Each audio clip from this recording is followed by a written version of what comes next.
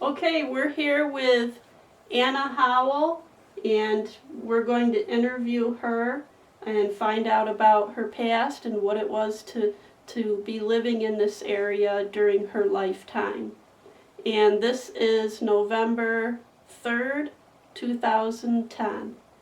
And hi, Anna, how are you today? I'm doing very well, thank you. Great. Now, my first question is, what is your birth date?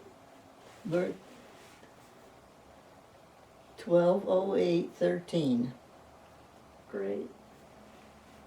And where were you born? in the town of Shroop Oh, on Rufus Road. okay. And what was your maiden name? White. That's what we thought. Okay. Did you grow up there on Rufus Road? I lived there until I was about 15.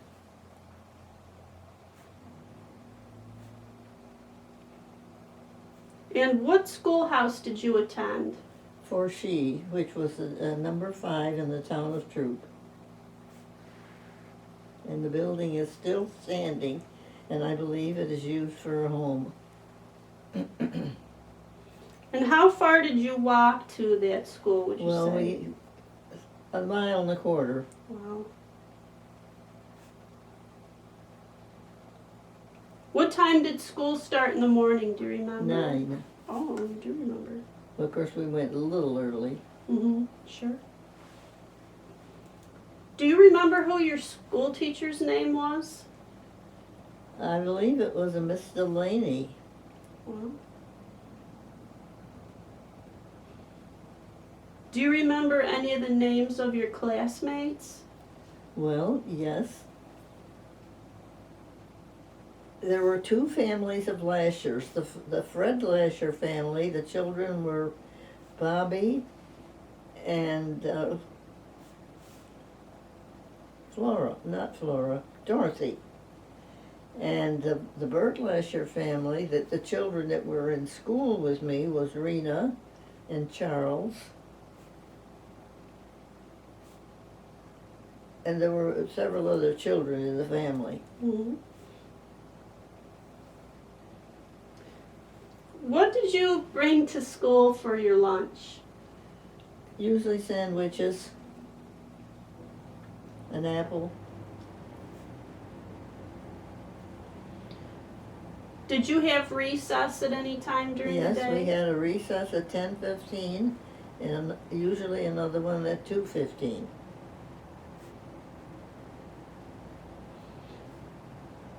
What games did you play outside, do you remember? Well, we played a game called Pom Pom Pilloy, where we were 2 teams and trying to catch each other going across the road. And we also played something called Andy Over, where you threw the ball over the school building, and if somebody caught it, they tried to tag you, and whoever ended up with the most children. We also played Kick the Can. That's neat. So you had a recess at 10:15 and 2:15. What time did the day end? We're supposed to end at 4 o'clock. That was a much longer day than today. Mm-hmm.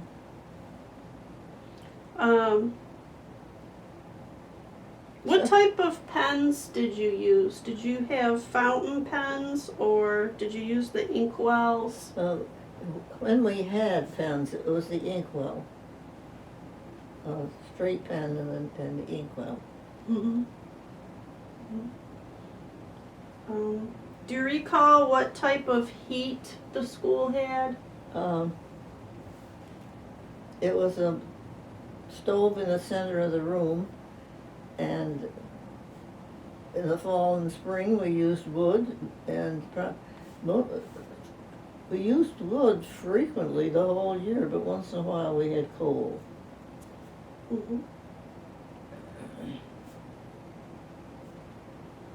Were there any special events at the schoolhouse at, say, Christmas time Yes, and the we had holidays? Christmas was a big event, and the farmers would come and bring their barn lanterns to light the building. And we also had a celebration of Arbor Day. We had a small celebration for Valentine's Day. Mhm. Was there a year-end picnic? Yes. And usually at one of the uh, parents' houses. Oh.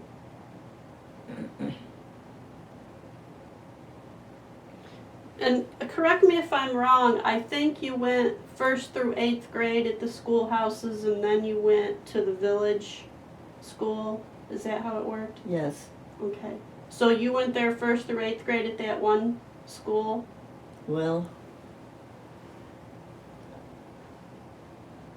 yes. I think I started high school down here in January. Mm-hmm. So I had finished my regents or something. You were probably ahead of everybody else. No, not necessarily. I just happened to pass it. Mm-hmm. We had to go to another school to take our regents because they had to have 2 teachers. Mm-hmm. And our school had 1 teacher. So I either had to come down to Port Byron to this school or go to the one in Truthville, which had 2 teachers. Very good. So then you completed your high school here.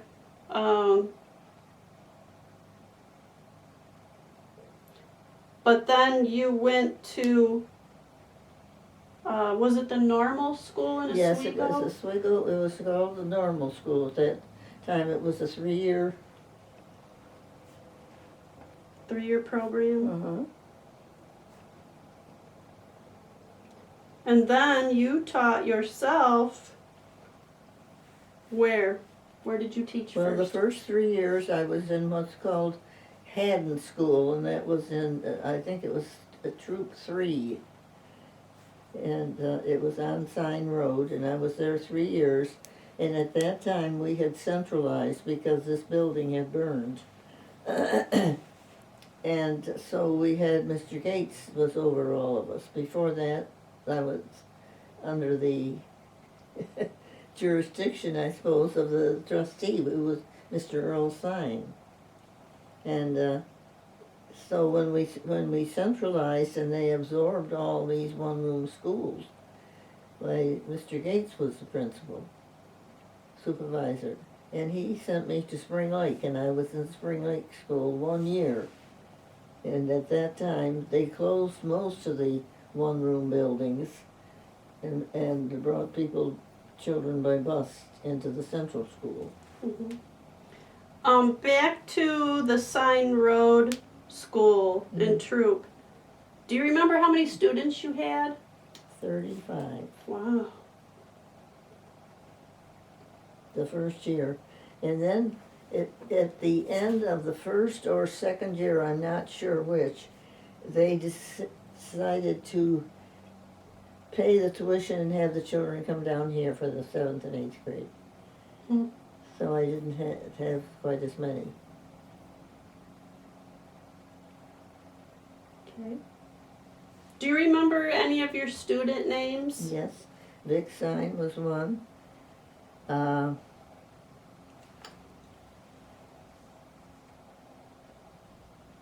Paul Ryer was another one. Okay. I could come up with more names, but they're the first 2 that come to mind. Mm-hmm. What do you remember about that building? Was it all one room, or was there an entrance room where you hung your coats? There was are we talking now about the Haddon School? Yes. Mm-hmm. All right.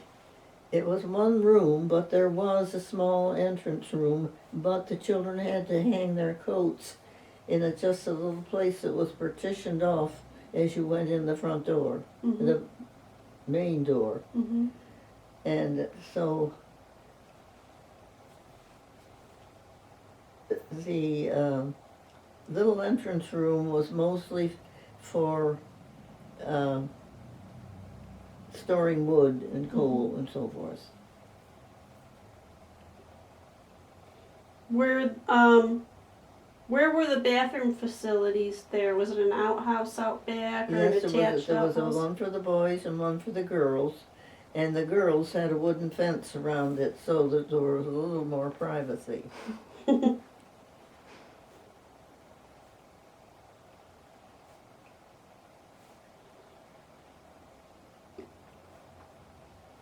Now, I've heard stories where teachers of schoolhouses were responsible for getting there early and bringing in water and getting the heat going and Well, making, sometimes I've heard some of them making lunch in a pot on the wood stove. the first 3 years I taught up there, the district paid one of the older boys to be the janitor. And that meant he kept the floor swept and the fire going. But the children had to take turns going down the road a ways to get a pail of water. As far as the lunches are concerned, the first year I was there, when it got to be early fall or late fall, I began to wonder what I smelled. It smelled so good. And what had happened is the children, when came to school, they had a potato in their pocket. And at recess, they'd stick it on the stove. And then when they got ready for their noon meal, they had something warm and hot. So from that grew the idea that the parents took turns. And one parent would send, certain days, would send hot cocoa. And then the other parents would take turns sending in a hot dish that was passed around. And the children washed their own dishes, and I've often wondered why we didn't have repercussions on that. They'd find a way to put some water on and heat and say, I'm going out to play, call me when the water's hot. And they'd come in and wash them in a hurry. I'm telling you, they really got a quick wash. Mm-hmm. We did that the last 2 years I was there. Mm-hmm. And then you said that you went to Spring Lake and taught there 1 year. Mm-hmm. Do you remember how many students you had there? I think I only had 12. Do you remember any of their names? Well, do you know Henry Young? No. I had some of his brothers and sisters, and I had a family of Truax, and I had a couple of Wilson girls, and one of them married a porter, and I still talk with her once in a while. I can't remember what the husband's name is.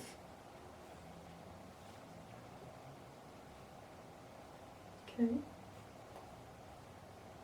And that was 1 year there. Now, about that schoolhouse, was that another one where you came into an entrance room Yes. and then one large room? That's right. Okay. And same type of heating, wood and coal. Right. And Only I had to be the janitor when I was in the Spring Lake School.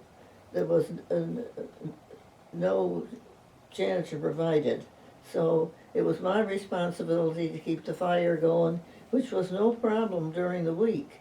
But when you went home Friday night yeah. and you didn't come back till Monday morning, you couldn't hold the fire over. You had to start from Right. scratch. And that was hard to do, I'm And sure. at that time, Burl Tenike was our supervisor. They hired her to sort of coordinate all the grades, all the one-room schools. Mm-hmm. Well, do you remember what the bathroom facilities were? There are 2 outhouses? Well, or- I think that those two, in Spring Lake, I think they were in this entranceway. Yeah, I've seen them like that too. Yeah, attached to the building, but It was part of the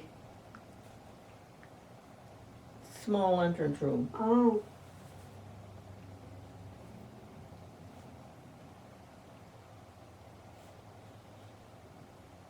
But it still was separate for boys and girls.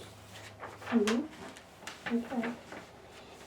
So then, when you came to the centralized school, there must have been some adjustment period because you had gone from teaching several grades to teaching one grade. That's right, and it was, I suppose it was easier, but you could concentrate on just that one area, and you didn't have to have first graders as opposed to, well, when I first started, I had the 8th, 7th, and 8th grade Regents classes. So when you say 7th and 8th grade Regents, there might have been a Regents in English and another in history and so on. History might have been part of social studies. Mm-hmm. But there was spelling and English and math and social studies that I distinctly remember, and they were, as I say, administered wherever there were 2 teachers. Mm-hmm. Okay, great. Now you mentioned that your mother was a teacher at the Henry Schoolhouse. Mm-hmm. Do you remember her telling you any stories about that? You want to turn off your? Okay. Sure. Turn it off. Or they try to. Right. Sometimes they. Mm-hmm. But by the same token, you know, the kids, when they were walking to school back then, I guess you only need a path then, but still, somebody's got to keep the roads even somewhat passable, even for the kids to walk, right? I had to leave my car partway between the Auburn Road and the school, and the trustee and another big-sized man came out to meet me, and they took steps like this, you know, so I'm jumping. Oh. One of them turned around and says, if you go in out of sight, you can holler. Oh. Wow. Now, before she turns that back on, I want to ask you about the schools here, because I know that this high school was preceded by 2 other schools. Right. I went to the second one. You went to the second one. My mother was going here to high school when the first one burned. Okay. And then they built the one that you are referring to, and that's what I graduated from. And we had our graduation at the Presbyterian Church, which later was the Federated Church. Mm-hmm. And I think we had our what do you call the church service? Oh, the And that was over here in the Baptist church. I forget what you call it too, but I know what you mean. Oh, this is when I asked my mother. There you go. Yes. So you went to the second high school. Mm-hmm. But now I remember my Aunt Carrie telling me that one year she and Clifton and probably Lorne went to different locations because the school had burned. But by that time I thought this school was already built. So I'm not sure on how that worked. Unless they went to the one that you went to, and then that burned. One burned, and then this replaced it. I'm trying to think what their age would have been. What year was Clifton and Carrie born? 26 and 28.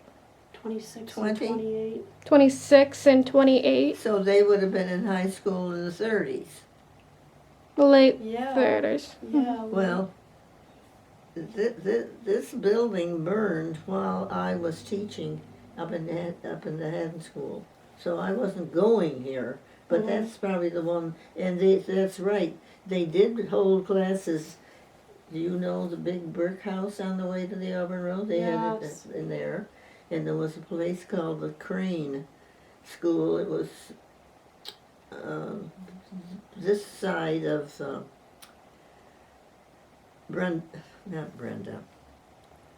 Rose Farrock. You know where she lives? The house on the corner of Pine and... Oh, Pine and Main? Yeah, and this way, a little ways, there was another building. They held classes in the churches. Mm-hmm. That would make sense. Okay, so when you were on Sign Road, there was a fire here, Uh-huh. but was this building the building that just had a fire in it where they repaired it? Or is this building one that replaced? It replaced it.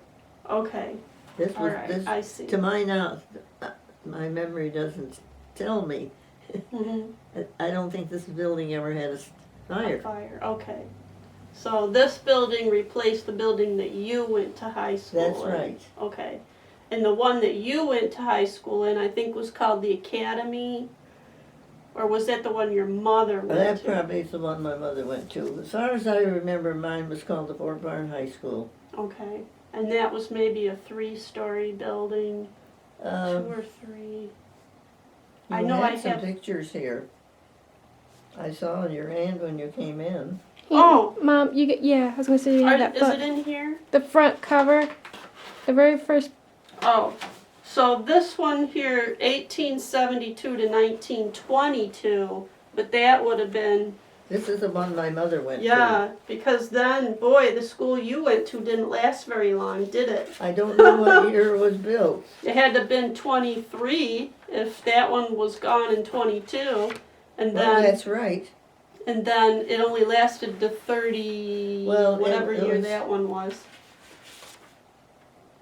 People were concerned about their children going to that building because it didn't have the protections that it's supposed to have for school.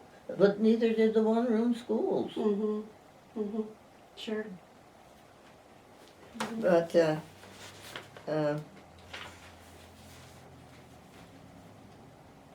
the one that I went to burned, I think, Christmas Eve.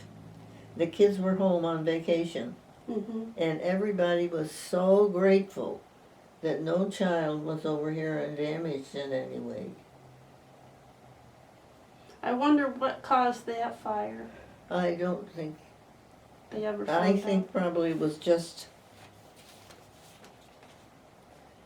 it probably started with the heating system. I out? don't know. Yeah, probably. I don't know. Probably. Mhm. But there were a lot of jokes told around about it.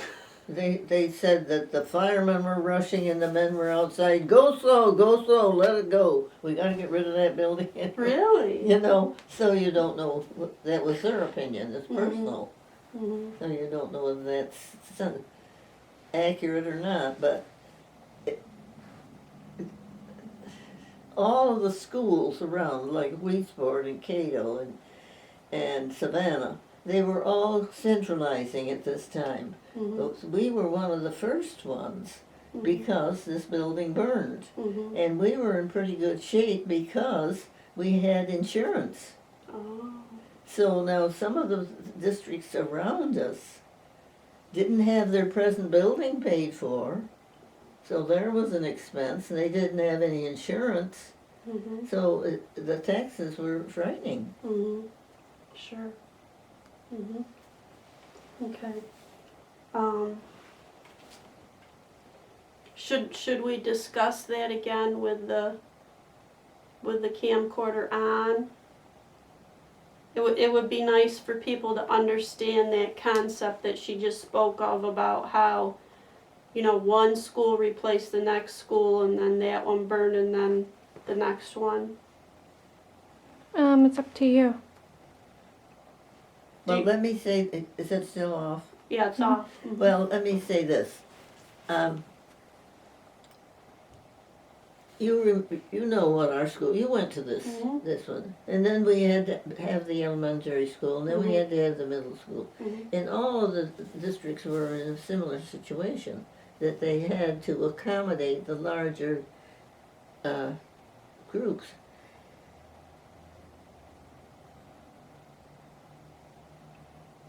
I don't know what I was going to explain to you. You'll have About to ask me a why they question. built the bigger schools. I remember that we had asbestos over here, Yes, and that's what prompted them to just move everything over there and vacate this one. That I That's- remember. yes, that's true. Mhm. And like when you say that school that you were talking about that burned, Mhm. it didn't have we had a lot of steel in this building, a lot of steel. I lived right here when it was being built. And, you know, to look out at it and the framework, and it was going up step by step, it looked just like a big tinker toy. Well, it did, because here were the big beams and things of steel. And I heard Mr. Gates say more than once, there are tons of steel in that building. There also, as you say, probably was some asbestos. And,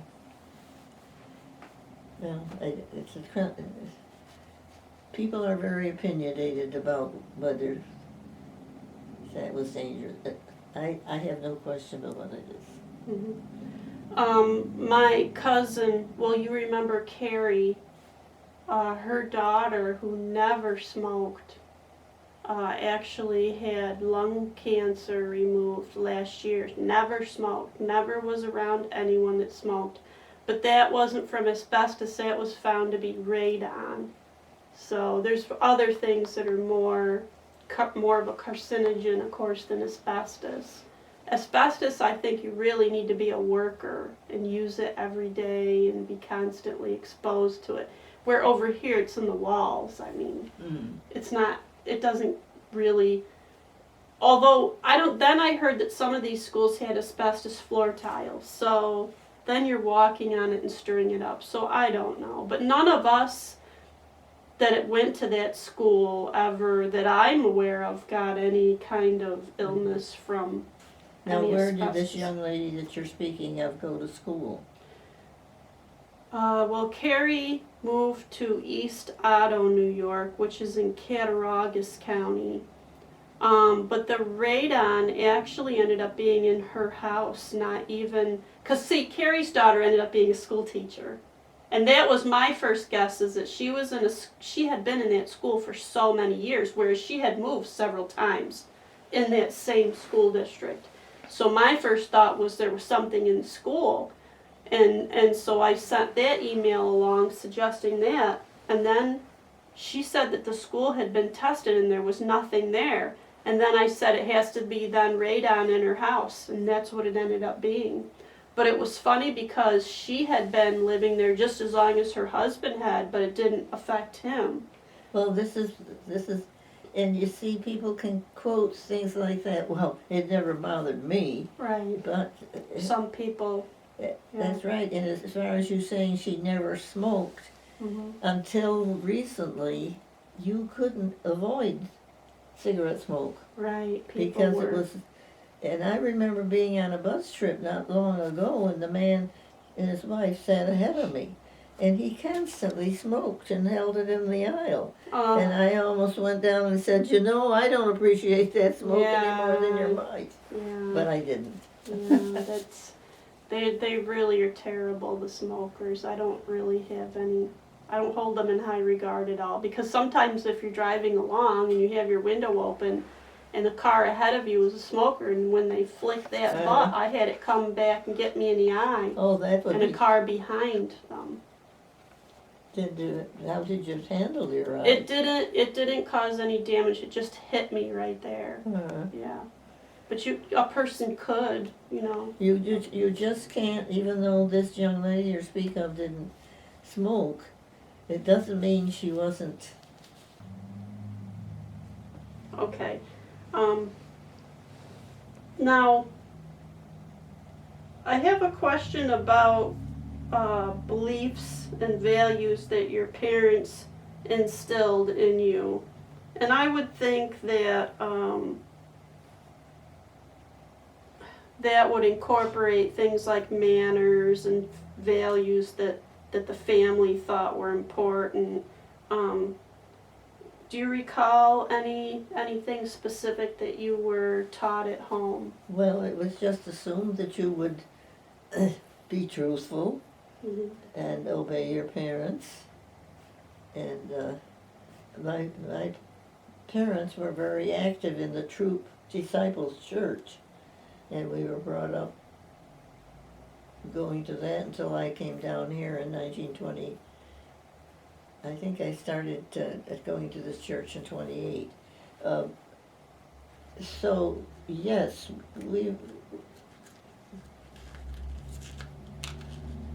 we were taught basic manners. Mhm. You came here on Church Street in what year? 36. But I lived up on Main Street in a house up there from 28 to 36. Oh. Main Street.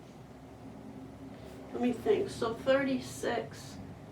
You were 22. So you were probably at the normal school at that time. No, No? I graduated from Oswego in 34, and I Oh. moved here in 36, so I was Okay. teaching in Haddon School. Okay, all right.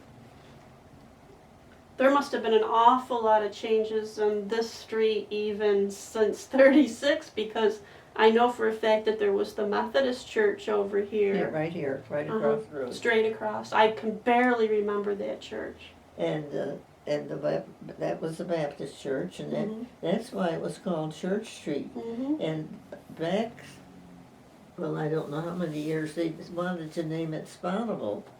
Really? Pardon? Really?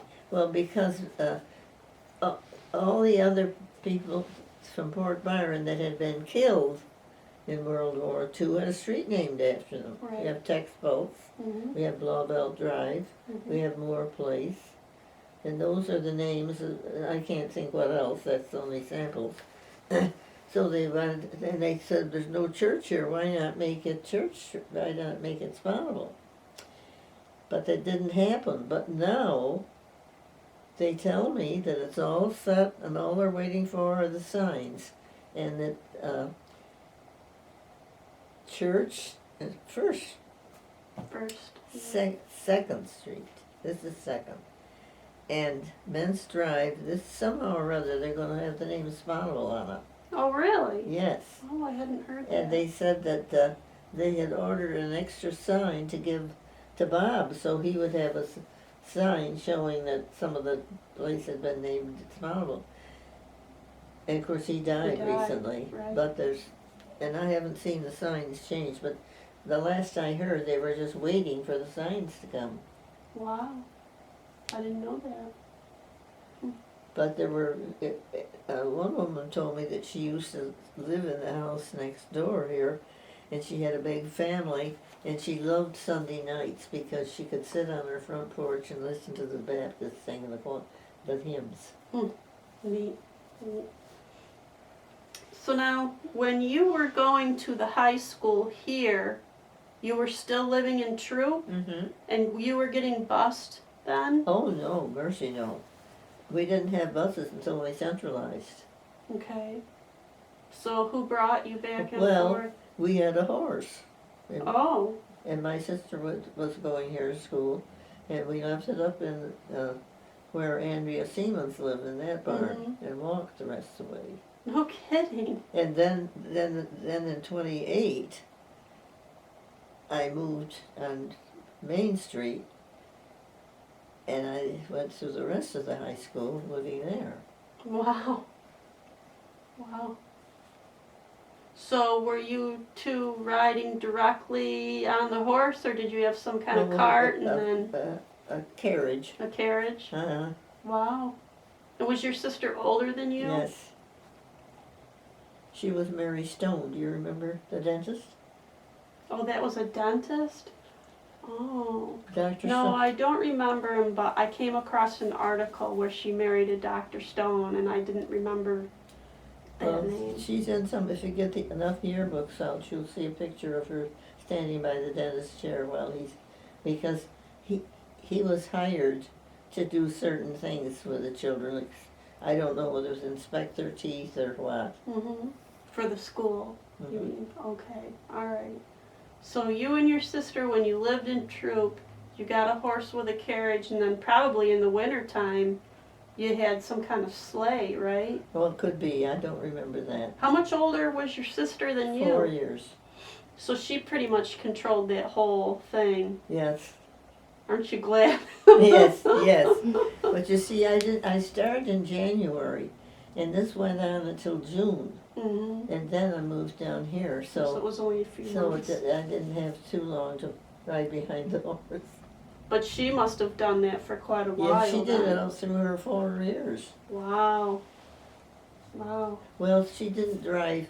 Sometimes she rode with somebody. I think she rode with Dorothy Lasher at one time, and part of the time she rode with Harold Moody, and so she had different ways of transportation. Mm-hmm.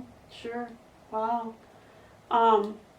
I've heard stories from people that have said that if they got in a really bad storm, they would just get in their carriage and cover up with a blanket because the horse knew the way home. Well, the horses were pretty smart. I would think that would be kind of convenient at least once in a while to be able to do that. Yes. Yes. Okay, so then you were on Main Street, you finished up here, then you went to the Oswego Normal School. You taught at Sign Road and Troop, then you taught at Spring Lake, and then you came to the centralized school. And how long were you in teaching altogether? 40 years. 40 years. Wow.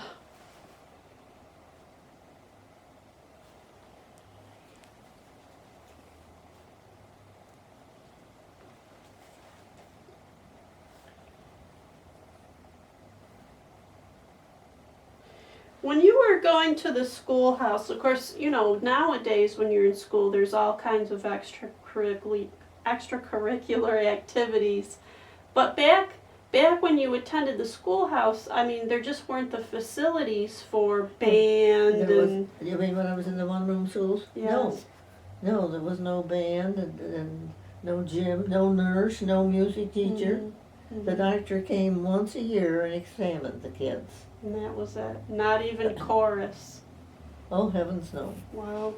Well, I suppose if I had been musically inclined, they would sing, we'd have a Christmas program and they'd sing carols and things, but no, not as a, but the big thing that I would miss was a nurse. Mm-hmm. If a child was hurt, I had to doctor them. I'd scrape, fix. You had to clean them up and use whatever you had. And that happened when I went to school. Mm-hmm. Sure.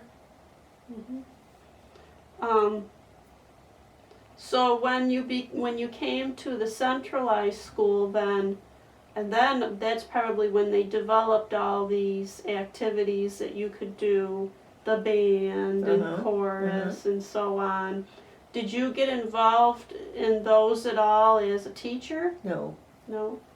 I think before we were centralized, they had a band of sorts. I don't, but of course, you don't remember Jake Freeman. He was the band director we had for many years, and he was good. He put Port Byron on the map. They were well known for their band. Really? But they may have had, in fact, when I went to school, we had something called music night, and there was a series of programs, and we had a music teacher then. Her name was Miss Burnett. That name sounds familiar to me, but I'm not quite sure why. Okay, let me go on. What about as an adult? Did you do, I didn't hear.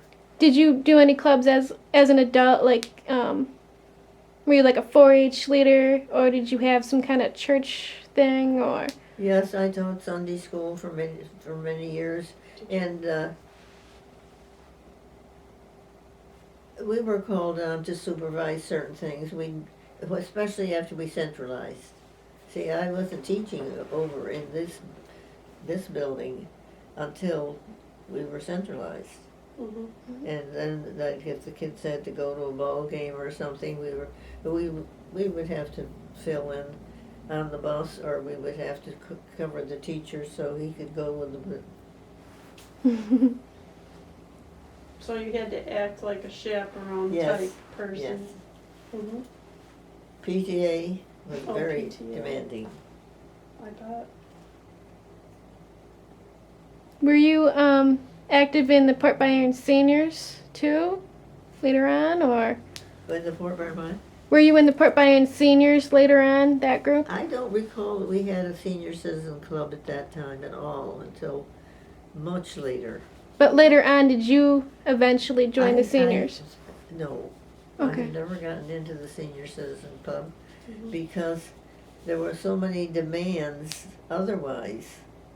Mhm. And, you know, you were expected to go to PTA, Mhm. and Mhm. then when I retired, I volunteered in the Port Byron Library. Oh, did you? And I also volunteered at the elementary library.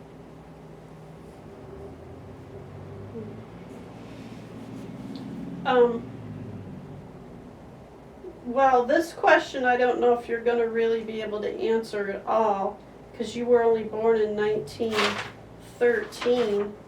Do you remember anything at all from the 1920s, like prohibition type issues? Yes, I do. You do? Oh. Well, I remember that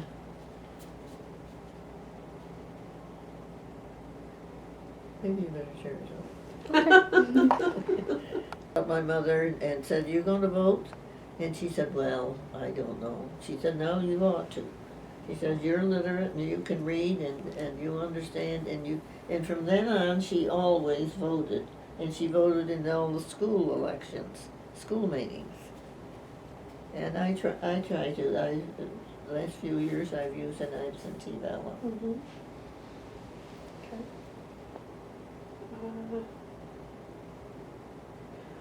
Do you remember anything about the Depression? Absolutely. I would think you would, yeah. Absolutely. It was a very rough time. It was,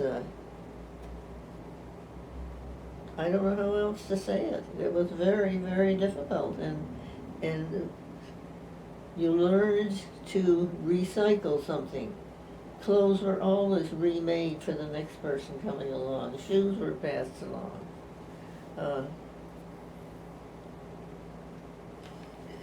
This business of thinking you had to have certain things for food. If you had food, you were lucky. Right. If you were a farmer, of course, you were pretty. That was You were better, okay. but even so, there were things that had to be paid, like taxes and things, Sure. and you know, it was very difficult to find the money. Mhm. Well, through 1928 at least, you were living out in the country. Was your family was a farm family Mhm. then? Mhm. So you would have been insulated somewhat from, the economy being poor. I Well- remember my grandmother telling me that people would come along and want to help out on the farm just for work, and they actually lived in the chicken coop. And I remember the chicken coop, and it was Who actually lived in the chicken coop? hired people Oh, yeah. people that just would come along and say, I need work, Yeah. and they needed a place to stay as And well, there and were they lived in the also chicken people we coop. called tramps, Mm-hmm. and they went from house to house, and you might find some kind of a sign on your sidewalk or something, and this is a good house to rap on the door. Oh. They'll give you something to eat. Mhm. It was a very rough time. So people, this depression has been difficult too, very difficult. But not only was the depression, but then people lost their homes then too, because they had what they called bought on a margin. And they would buy stocks or something and put their house up as collateral, and of course it went kaput, and then they lost their house. Right. So it was difficult then. But you learn to recycle and Mm-hmm. Well, I know that the president at that time, in order to spur the economy, started his New Deal program, of course, FDR did. And that included the Public Works Administration and the CCCs as well. Mhm. And it was the WPA program that built our high school. That's right. And then the CCCs were out on Howland's Island. That's right. And do you remember any of them being Well, in town at all? My husband was in the CCC before he went in Oh, he service in was. 40, well, it would have been 41, I guess, 40 or 41. But he had been, that was the CCC before that.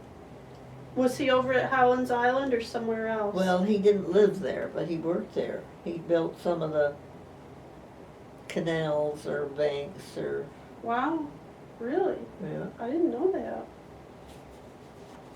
Do you have any pictures of him over there? No, Mm. no, I don't, because I didn't know him until after he'd been in service. So he went in the service right after that, just like a lot of them did. Well, he enlisted before he would have been drafted, but he probably would have been drafted. So he was in over 3 years and a half. Wow. Then what happened was the CCC camps, after all the men vacated them and went into the war, and they captured the German prisoners, they put them over there in those barracks on the island. Yes, they did. Yes, they did. And then, of course, those German prisoners of war were put to work out in farmers. I don't know. I Yeah. never got into that. Never saw any of them. No. In fact, I didn't realize that Oswego had been a big Mhm. camp for the the people that were captured. Mm-hmm. Okay. We found an article, an old newspaper article, where you went to the World Fair in New York City. Do you remember that? Yes, I do. What's good about that? Do you remember anything really good? Well, I had a wonderful time. And I can't remember whether it was General Motors or what. They had this movie that forecast, the ramps and the way they were going to build the roads and have all the different. Throughways. I remember writing home saying, "I wish my brother could have seen it. He would have appreciated it so much." I didn't know Earl at the time. Were you there for a few days then? I think we were there about a week.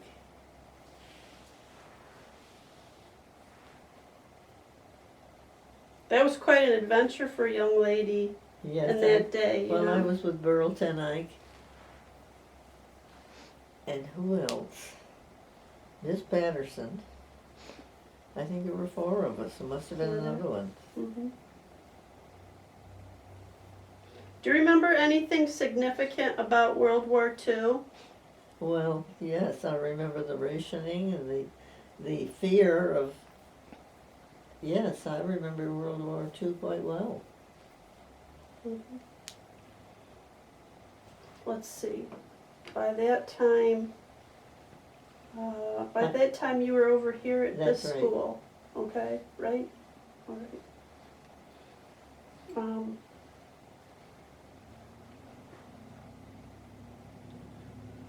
Well, you've been in Port Byron for quite a long time, so I'm not sure if you can answer this question because you wouldn't really have anything to compare it to. But can you think of anything that would set Port Byron apart from other communities?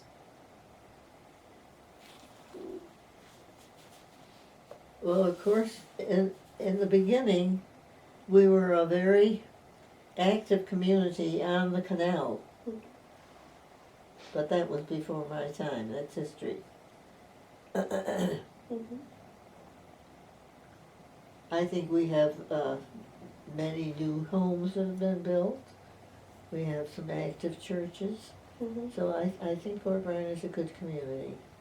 And I think one significant thing about Port Byron is that it's the same families that have been here for so long. Many- Your family, my family. Mhm. There's not a lot of newer families that have come in. There's a few, but most everybody that's here now can actually count, the names of their mother's maiden name, their father's mother's maiden name, and they're all local people. So apparently they like it here. They enough to call it home. You've been here as long as anybody has, and even the Whites go back a ways too. I don't know about the Vorse family at all, really. Well, the Vorses per se, Grandpa came from Spring Lake, Oh, and my grandmother was a Haddon, and she grew up down around Penn Yan, and where all the grapes and things are. Mm-hmm. So, but the Vorses, I think that Uncle Harris probably was the 4th or 5th generation on that farm. Neat, very neat. When your family was living out in Troop and farming, you know, that was a big change to come to the village. Uh-huh, yeah. You basically gave up farming, or did you have a hired hand that stayed out on the farm? No, that was the end of it. Mm-hmm. What did your father do then for a living? Do you remember? He was deceased. Oh, I'm sorry. Wow, that was tough for your mom and you then. Wow. Thank you.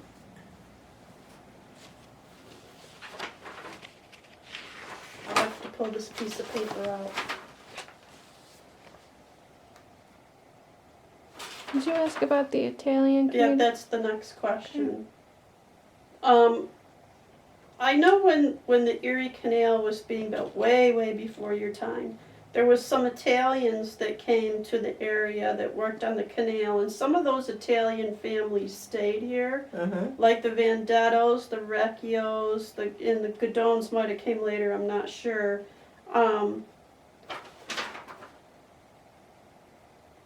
Was there anything significant about this question? I'm not sure, Amy. Yeah, are there any other groups? That's what I wanted to know. Were there any other family, Groups, yes. different I nationalities put that right there. that came to Port Byron? That's what I meant.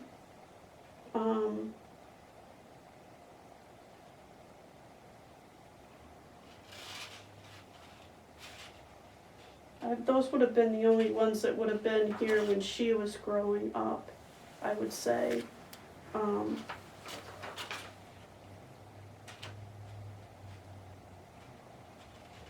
Now that you're 96 going on 97, Very soon. and you look back in time, is there anything that you would do differently? A lot.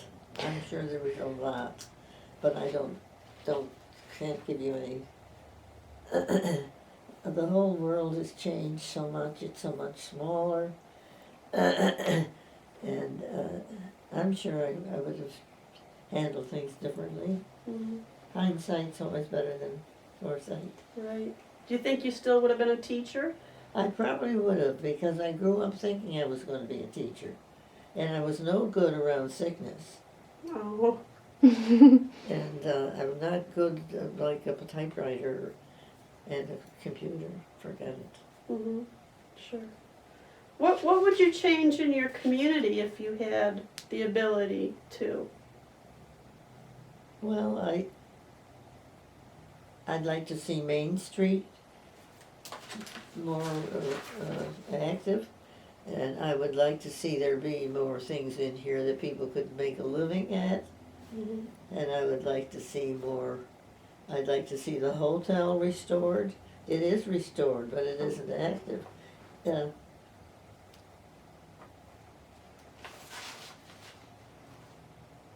What would you hope for in future generations? I know that's a very broad category, but is there anything you can think of that you would like to see for going forward? Well, I just think they have to keep up with the times and go with it. Mm-hmm. I'm not one of those people that wants to see Men's Church opened. I think Men's Church served its purpose and was an excellent. But if you try to open it now, who's going to support it? Mm-hmm.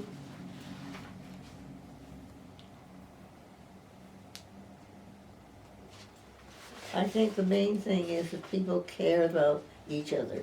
Mhm. I think we still have that today to a certain extent. I mean, I would think that during your lifetime there was quite a change going from the one parent working to a two parent working household, and also the one parent bringing up the children, of course. Well, there has been a lot of change, but if people still care about each other, and I don't know what the answer is, Mhm. but the crime and is just getting rampant. And yet at the same time, they say that our crime rate has gone down Isn't it nice? considerably in this county. I think probably that has to do with the aging population, if you ask me, because, you know, certainly there's not as many kids in the schools now just because of demographics. People are having less children, and so, you know, the people even from my age group are you know, getting quite a bit older and are more numerous than the kids here at my daughter's age, you know. So it probably has quite a bit to do, I would think, with the fact that the crime rate's going down. I hope so. Now, what school did you graduate from? Cato? Well, I went to Cato for a long time, and then I finished at Wheatsport.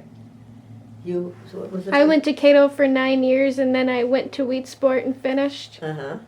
Well, now, yeah, there's a difference between the two, but basically, they're all controlled by one master plan. And I'd like to see the kids stay in school longer. Mhm. There's too much of this just quitting, Mhm.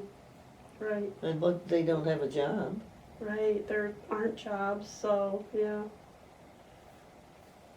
The one thing that I think has been beneficial is how New York State is not overly generous, but New York State, we have our TAP awards, which have helped a lot of young people.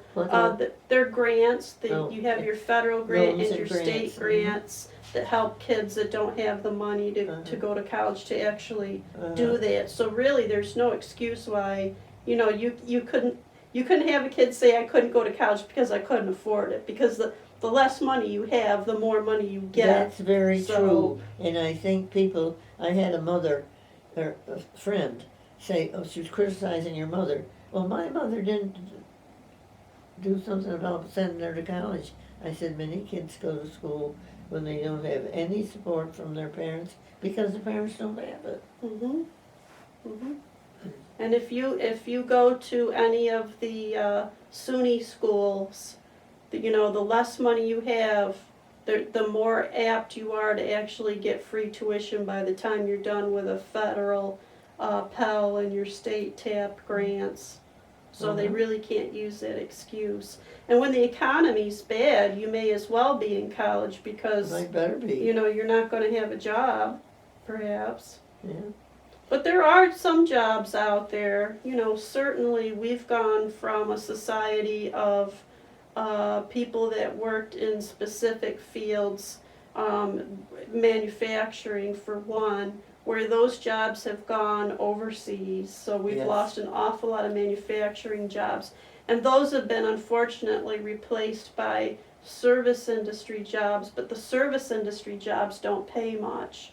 So you really have to go to college. You have to go to college, have a higher level degree, and be specialized in something that will make you employable. That's Yeah. right. That's a big change, I think, from, like, say when you were growing up, and maybe not even, oh gosh, I don't know what the statistics are, but perhaps 30% or less actually went to college. Nobody, well, that's true. It wasn't easy for me to go to college, but I was determined, and I did whatever I could Mhm. to augment whatever I had. Mhm. And I think that there are too many people that just say, and I used to come home and I was bent to the books, working on my, whatever I was gonna do the next when I went back for college. And here were my friends running up and down the street having a good time. And I used to say, how come? How come why don't I go up there? Mhm. But you just have to stick with it. Mhm.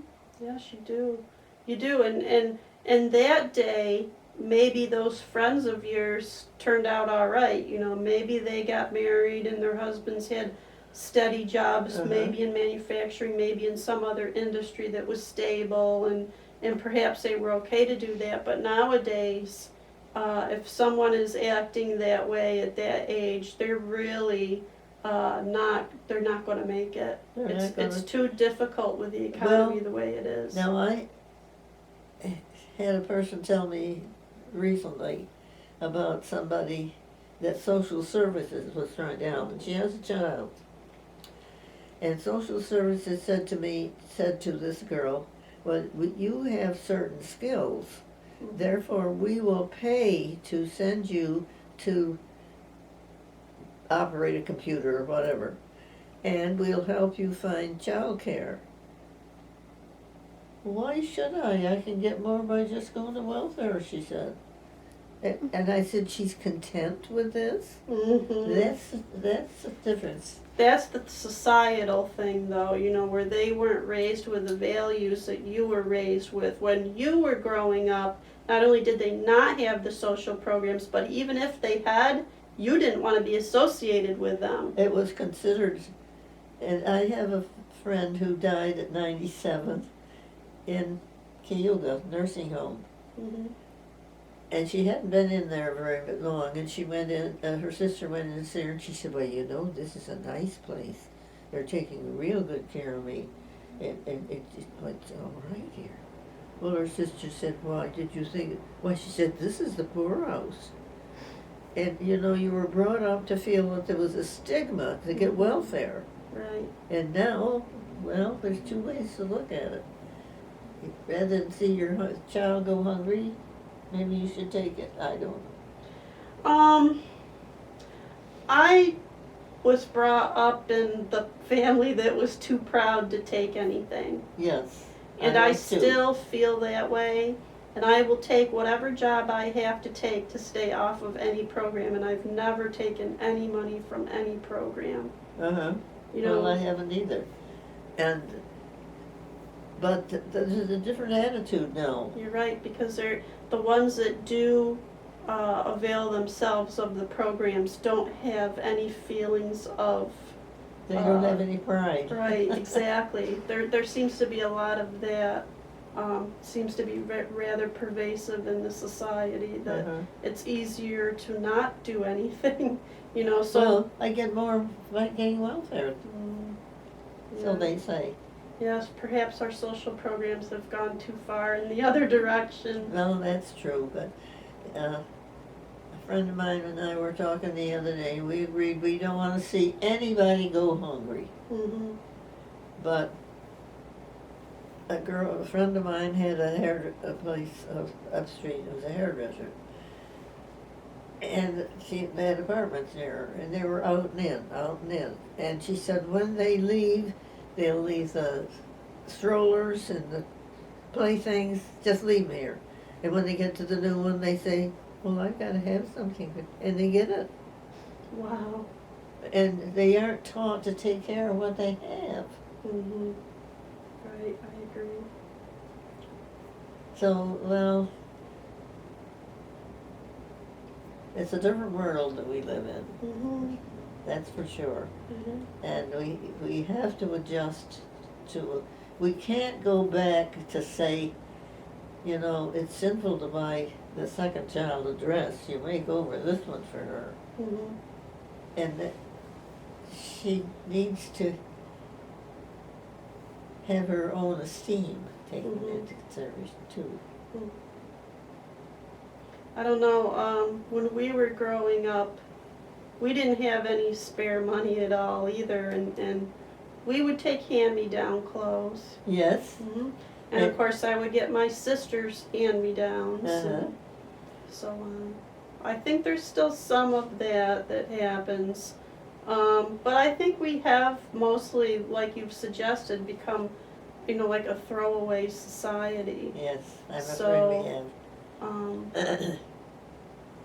I don't know that that's really a wise path for us to be on, but at least there seems to be like a growing trend to consume less to begin with. They tout everything they say is green now, less exposure to the environment and less consumption and You so go into on. the stores and here's, what's it called? It's the meat is grown without any pesticides. Oh, What yeah, is that word? I organic. think- They're organic, Organic. or something like that, yes. You always look to a younger person. So, I never heard it. Of course, when I was growing up, we didn't have pesticides either. Right, which was actually, I think, very beneficial that you didn't Yeah.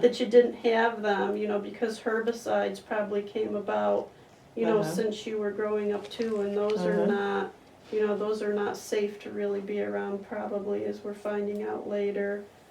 There's been a lot of chemicals that have been banned since, your time, like DDT, I think it is one of them, and of course those poor men in the Vietnam War that were exposed to Agent Orange and the chemicals, we're always finding more and more of them all the time that are This friend detrimental. of mine just recently died, and he had been, my husband was in the Pacific, but when,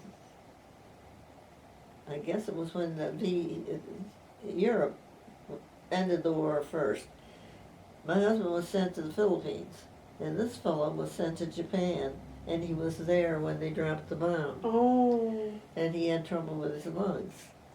And the doctor said to him, well, why didn't you report it? Well, how the hell did I know? Well, of course, he had no way of knowing that was going to cause problems for him. mhm. But,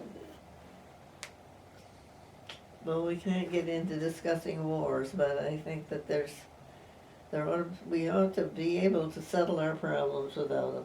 Yes, we really need to be more diplomatic. I mean, the wars they always should be the very last resort. And I think in the past there hasn't been enough diplomacy and that they're not the ideal situation, that's for sure. Well, Arabia and Afghanistan, where else are our men? Iraq, Her? Iraq. Yes.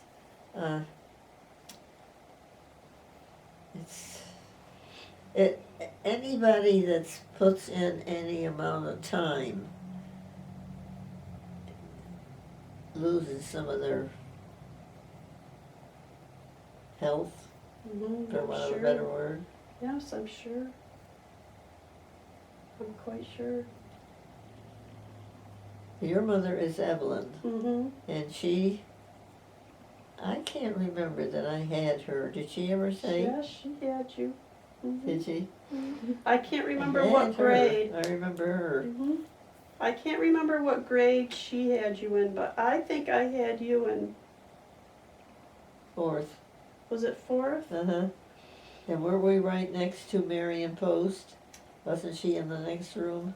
See, in fourth grade I had Betty Thomas. But I think when I was in fifth or sixth grade, I had a teacher that took a long leave of absence. And I think you took over for that teacher, but I can't remember who that teacher No, was. I didn't do wasn't it? that. I didn't do any long-term subbing. No. And if you had Betty Thomas, you could have had her in third grade. Oh. Because I'm almost sure that I had you in fourth, and we're in that corridor that goes out to the portables. Right, I do recall that. Oh, Grandma said that Mrs. Howell taught her math, I think. Oh, you taught my mother math? Okay. Maybe. I don't. I taught elementary. I didn't get into the. Oh, you didn't teach Okay, you never got into the high school No. then. Okay, I He see. approached me one summer and said, how would you like to teach math next year? Mhm. And that meant I would be replacing Ethel McNamara. You think I wanted to get into that? I don't think so. Finally, and I stewed about this for a while. Finally, he sent word by somebody else. Tell Anna not to worry anymore. She's not going to have to do it. Why did he even mention it to me? So mostly you taught, do you think mostly you taught 4th grade then? Well, of course, I had all 8 grades when I was in Right, the... right. And then I taught 4th, and then I was in 5th, and then I went back to 4th. So Oh, it was mostly the middle elementary.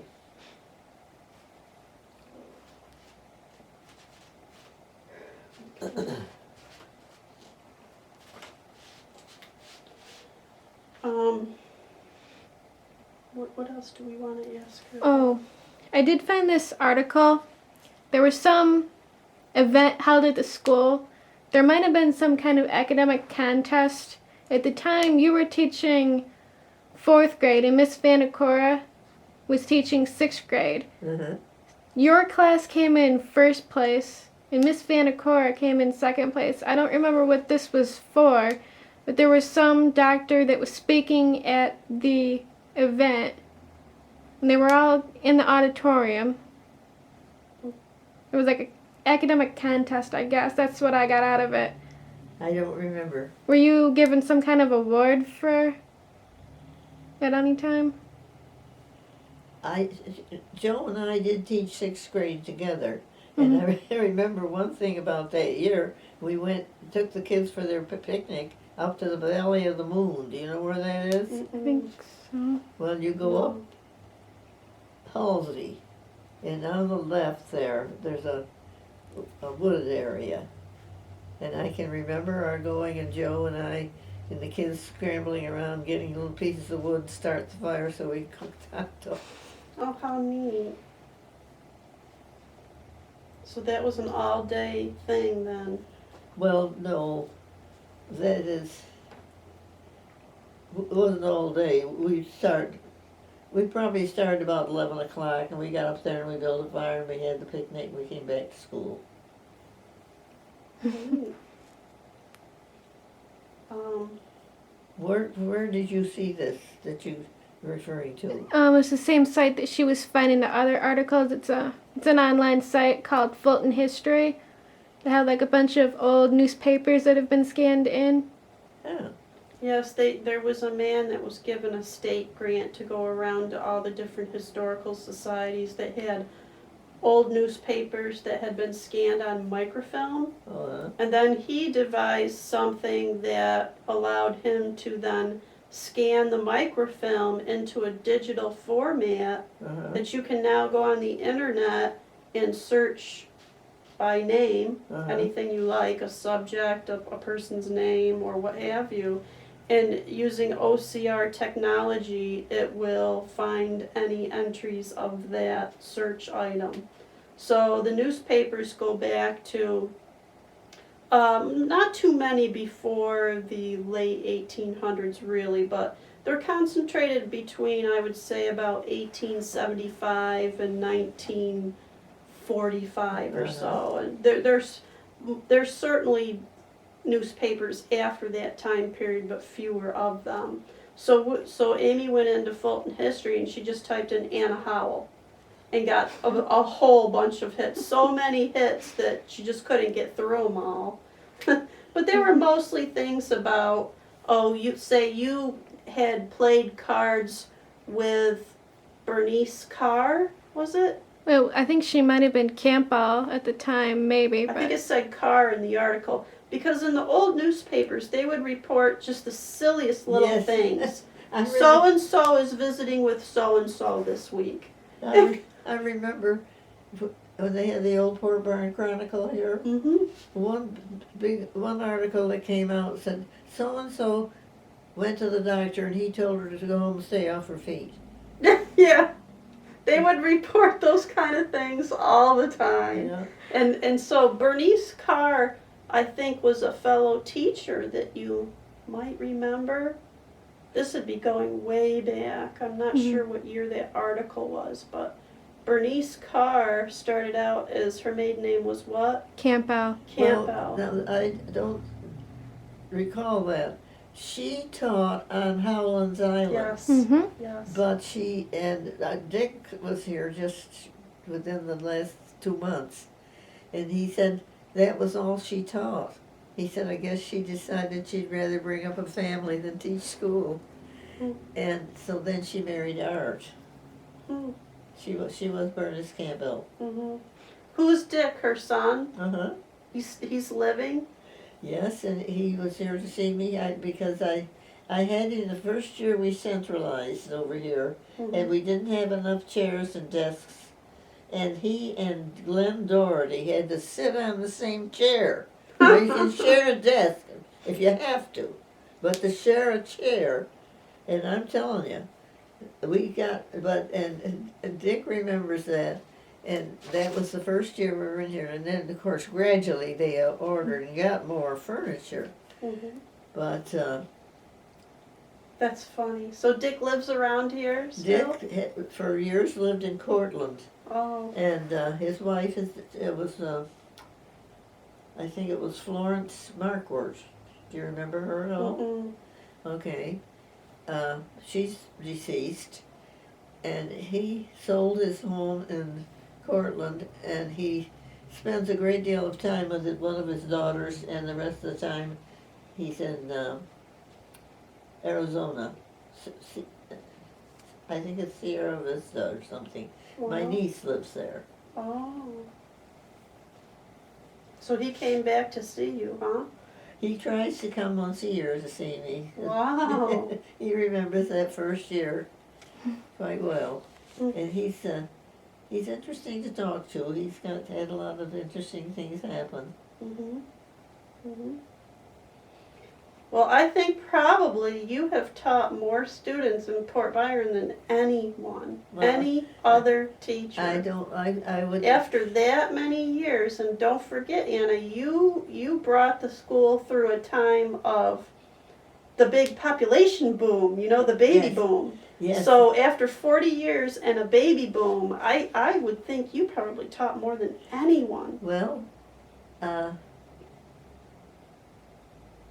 there was a time when we had 6 sections of 4th grade. Mm-hmm. And now, most of the time we had 4. Mm-hmm. That was Marion Post. You didn't come here to school, Mm-hmm. did Right. you? No. Marion Post and Joe Vanicora and Fanny Evans and I had 4th grade for quite a while. And then there was the Miss Reed. Well, neither one of you remember her. Mm-mm. Well, where did you graduate from? Port Byron.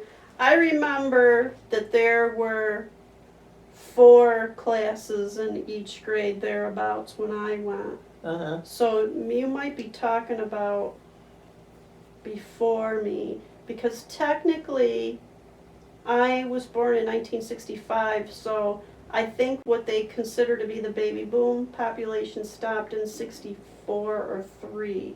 So you're probably talking about a time just before I would have been in 4th grade that you had 6 sections. Uh-huh. I couldn't tell you right offhand, but I just remembered something else I can ask you about. okay. Bomb scares. Well, we didn't have those when I was teaching, fortunately. But we did have to, we were supposed to go through this duck and cover.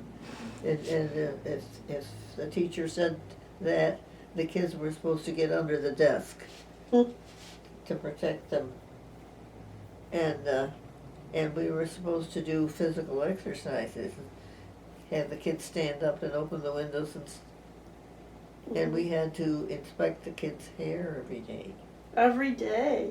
Wow. And and look in their throat. and, you know, that kind of thing. And I remember one of the nurses calling us together and scolding us, and she said, "You're doing it in the morning, but you don't do it right after lunch, and you should be doing it twice a day." Wow, that's a lot. We didn't. That's quite a lot to expect. Yeah, well, they felt it was their privilege to demand anything. That's quite a bit to expect, yes. So the only bomb scare issues were when you were a teacher and you would instruct your kids to duck and cover, and they This was would. during the war. Okay. During the war, we did it as a protection Mhm. in case. And do you remember when there was a spotting place up on the hill behind where Andrea Siemens lives? No. Well, and it was plane spotting, and you had to go up and report every plane that went over. And I remember with Burl and I went up there, and I don't remember what night it was or anything, but all of a sudden up came, I think it was Walt Kearns. He said, "You're excused for abandoning it. We're not going to do this anymore."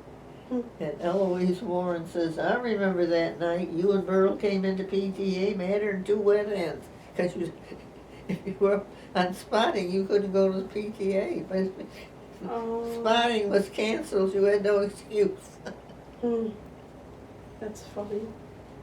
So you were spotting for airplanes, spotting for enemy planes. And they had these different places set up, and then they could tell if a plane went there and come over here. They were looking for enemy. We were supposed to be, whether it was any security or not, we did it. We were asked to volunteers. I wonder who you would have had to report that to if you in fact saw one. Well, what you did when you saw a plane coming over, we had a phone up there, and you called in a certain place, and you had to tell what kind of a plane it was, and whether it was north of you or south, and where it was headed. So there was a telephone right out there in the middle of nowhere? Well, yeah, we had a phone. That's funny. But this was during World War II. Everybody had a phone pretty early. Well, yeah, true. But it sounds like you were up in the middle of a field or something. Well, we were. It was up, you know where the old standpipe is up there? Yeah. It was near that. That's funny. Now, I just thought of something else that's a really community-based thing, and that is the spring up here on 38. That was a place that people have been getting probably water for many generations. Do you recall?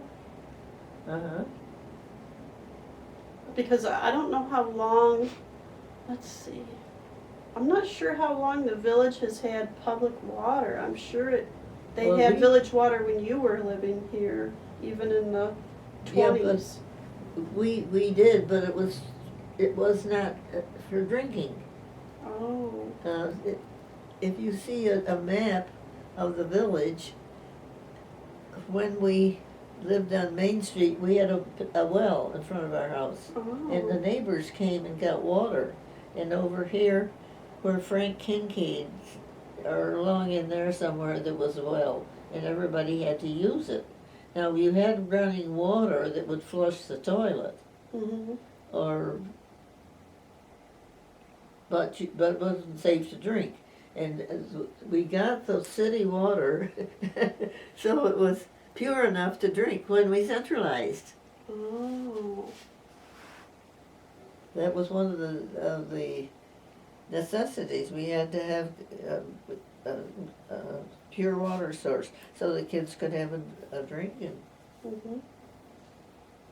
But when I went to school, we had bathrooms, but you couldn't drink the water. Right.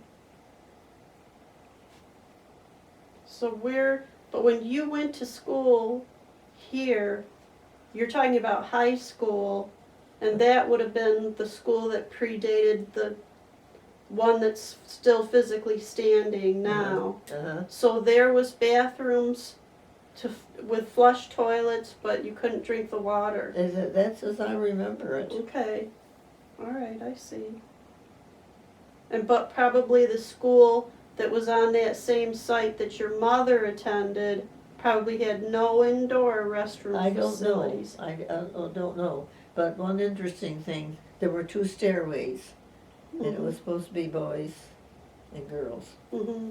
And the school that your mother went to, or the one that you went to? One that I went to. Really? Uh-huh. And did they use them that way or no? Well, yes, pretty well. Wow. Pretty well. We had one teacher, Mary Warren, and she always went up the boys' stairway.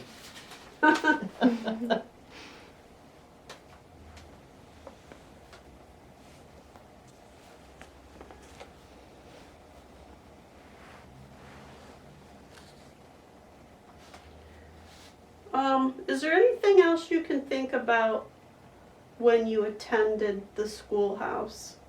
Because, I mean, it's getting to be a pretty rare thing that you can find people that went to a schoolhouse, because a lot of them that are still living maybe only went for a year or two and can't remember, whereas you went for 8 years.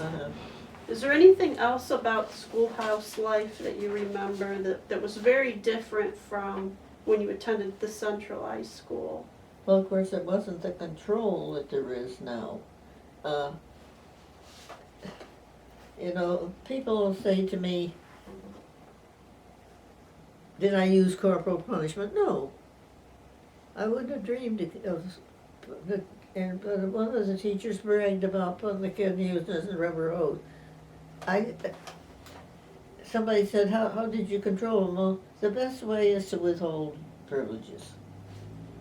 You know, if you haven't got anything done, you stay here, don't go to gym. And, well, I suppose now I'd get in the doghouse for that, because he needs gym.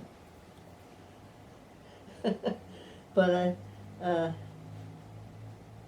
you had to have control of your group.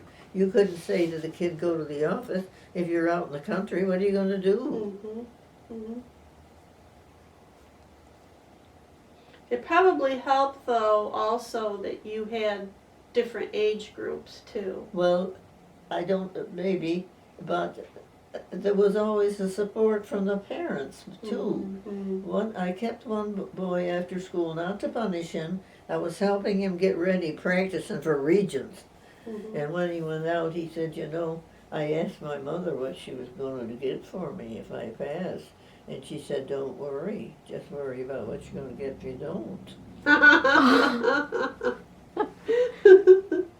You know, that's so true, because even when I went to school, if you got in trouble at school, you got in twice as much trouble when you got home. Yeah. Because your parents already knew about it and you were in big trouble when you got home. Yeah. Whereas now the parents run right in and defend the child, no matter Yeah. what they do. Yeah. Whereas when we went to school, you know, the parents automatically assumed that the kid did something wrong, which usually was the case, Uh-huh. you know. Well, that was probably a good idea, except the rare case when the kid was innocent. Yeah. It's like the former teacher was driving down the road and a trooper pulled her over. And he's, you know, up here, and he said, look, maybe I see your papers. And she's sitting there saying, but what did I do? Well, I didn't think I did anything wrong. And he said, let's see this paper. So after he'd scared her thoroughly, he handed them back to her. And he said, you sent me to the office in 6th grade for something I didn't do. Gave her a little kiss and said, drive on. You're kidding me. What? Who did this happen to? Oh, it's a joke I read in the paper. Oh, I see. But it could happen. It could happen, certainly. Sure.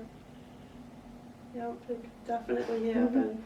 I remember once in 1st grade, I handed in a paper, and of course you always put your name on it, and I usually did rather well. And there was a boy in my class that decided, seeing as he didn't know the work, somehow he got his hands on my paper after I'd turned it in and erased my name and wrote his name over it. But the teacher caught it. She could actually see my name still imprinted underneath his name and took me aside and showed me what had happened.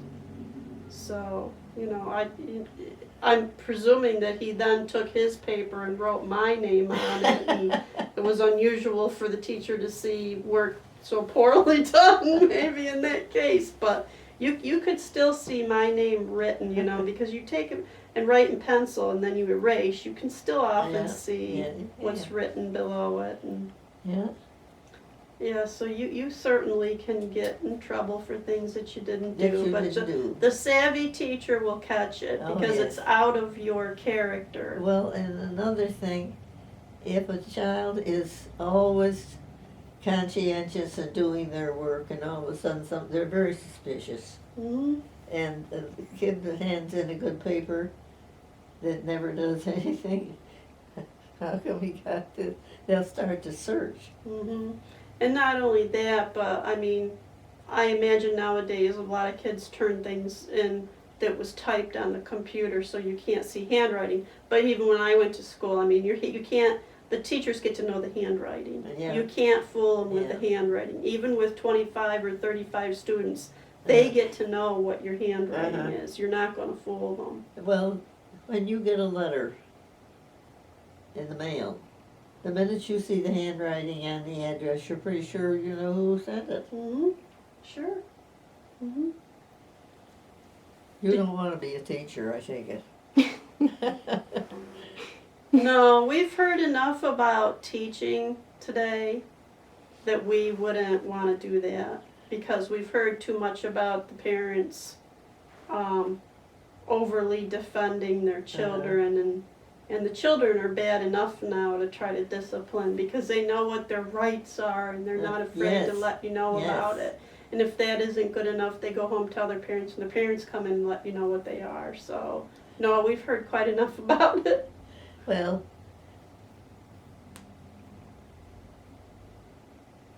I was going to tell you an incident, now it's gone from me. I have these senior citizen moments once in a while. I have those too. Oh, what I was going to say is, Laura Gibson, do you remember her? Mm-mm. Second grade teacher. And we both had daughters. And her daughter said, "There's no way I'll be a teacher." And my daughter said, "Well, that's what she was going to do." Just what she did. Oh, your daughter is a teacher too? Well, she is retired now, but she went to Greece, Central School, and as a math teacher. And then she got into different things, and she ended up as an administrator in central office. Oh. So then she retired. Mm-hmm. So Laura Gibson's daughter then in fact never was a teacher? No, she said, "There's no way, after all I've heard, I'm not going to be a teacher, no way." Yeah. So it just, I guess I don't know, it's the makeup of the child. Mm-hmm. Right. You often get a sense of what you want to be when you grow up at an early age. You're lucky if you have some idea of what you want to do. What do you call the work you do? Well, I'm an appraiser. I started doing that in 1987. You appraise what? Real estate. Oh, Mm-hmm. Are you in sales at all? No, not at all. No, just appraisals. When I started out in 1987, it was a predominantly male field. There was 3 ladies in this large office of appraisers that I worked at that time. Where was this, in Auburn? This was in Syracuse, downtown. And we were quite busy for several years there. Everyone was buying and refinancing and so on. And so we were quite busy for many years. And then after I had been there for 14 years, I started my own appraisal company. Now I call it a company because it's incorporated, but it employed only me. So for 7 years I did that. So I've done appraisals for quite a long time. Now, what happens when you, for instance, you go out and appraise a farm for a certain amount? Mm-hmm. Where do you get income from this? From the real estate? Well, I don't do farms because. Well, all right, Mm-hmm, whatever you do. mm-hmm. I'm paid by the lender. What? I'm paid by the lender for the appraisals, Oh, and the lender is just basically collecting the fee from the person who wants a mortgage loan. uh-huh. So they basically just pass it through to the appraiser. Are you quite busy? No, I'm actually not doing that now. When the economy got bad, there wasn't a lot of appraisal work to do. So I went to work for Cayuga County, and I was working up in the assessor's